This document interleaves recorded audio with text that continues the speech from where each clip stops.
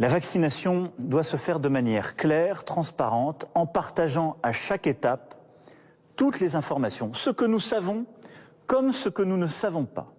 Et je veux aussi être clair, je ne rendrai pas la vaccination obligatoire. Enfin, nous allons organiser une campagne de vaccination rapide et massive au plus près des personnes. La Haute Autorité de Santé présentera dès les jours à venir ses recommandations. Les autorités sanitaires, avec l'État, les collectivités locales, définiront les modalités pratiques du déploiement des vaccins, avec les hôpitaux, les maisons de retraite et l'ensemble des médecins de ville. Et est-ce que le passeport sanitaire, ce qui signifie très concrètement des restrictions de liberté en fonction du fait de savoir si la personne est vaccinée ou pas, est-ce que dans le cas de l'état d'urgence sanitaire tel qu'il existe aujourd'hui, vous pourriez décider ce type de mesure? Est-ce que vous l'envisagez? Et quelles pourraient en être les modalités si vous envisagez ce type de dispositif? Je vous remercie.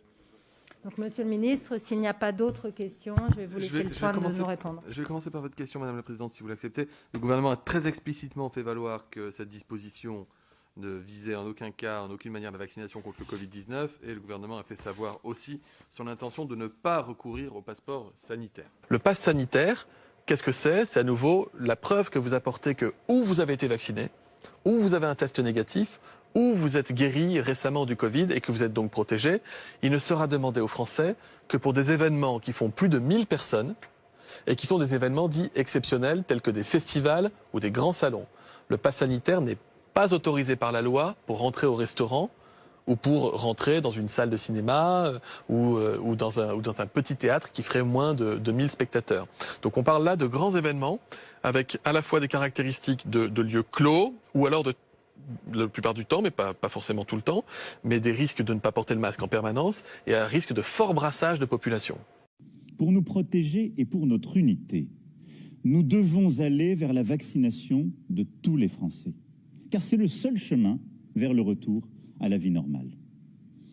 Dans un premier temps, pour les personnels soignants et non soignants, des hôpitaux, des cliniques, des maisons de retraite, des établissements pour personnes en situation de handicap, pour tous les professionnels ou bénévoles qui travaillent au contact des personnes âgées ou fragiles, y compris à domicile, la vaccination sera rendue obligatoire sans attendre. J'ai conscience de ce que je vous demande et je sais que vous êtes prêts à cet engagement. Cela participe en quelque sorte de votre sens du devoir. Pour tous nos compatriotes concernés, ils auront jusqu'au 15 septembre pour se faire vacciner. Il faut commencer dès maintenant. À partir du 15 septembre, des contrôles seront opérés et des sanctions seront prises. Il y a ensuite tous les autres Françaises et Français, les millions d'entre vous qui n'ont pour le moment reçu aucune injection. En fonction de l'évolution de la situation, nous devrons sans doute nous poser la question de la vaccination obligatoire pour tous les Français. Mais je fais le choix de la confiance. Et j'appelle solennellement tous nos concitoyens non vaccinés à aller se faire vacciner dès aujourd'hui au plus vite.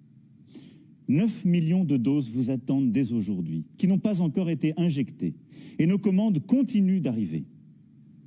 Que ce soit donc près de chez vous, sur votre lieu de vacances, avec ou sans rendez-vous, faites-vous vacciner. C'est la seule façon de vous protéger et de protéger les autres. C'est une question de responsabilité individuelle, de sens de l'esprit collectif.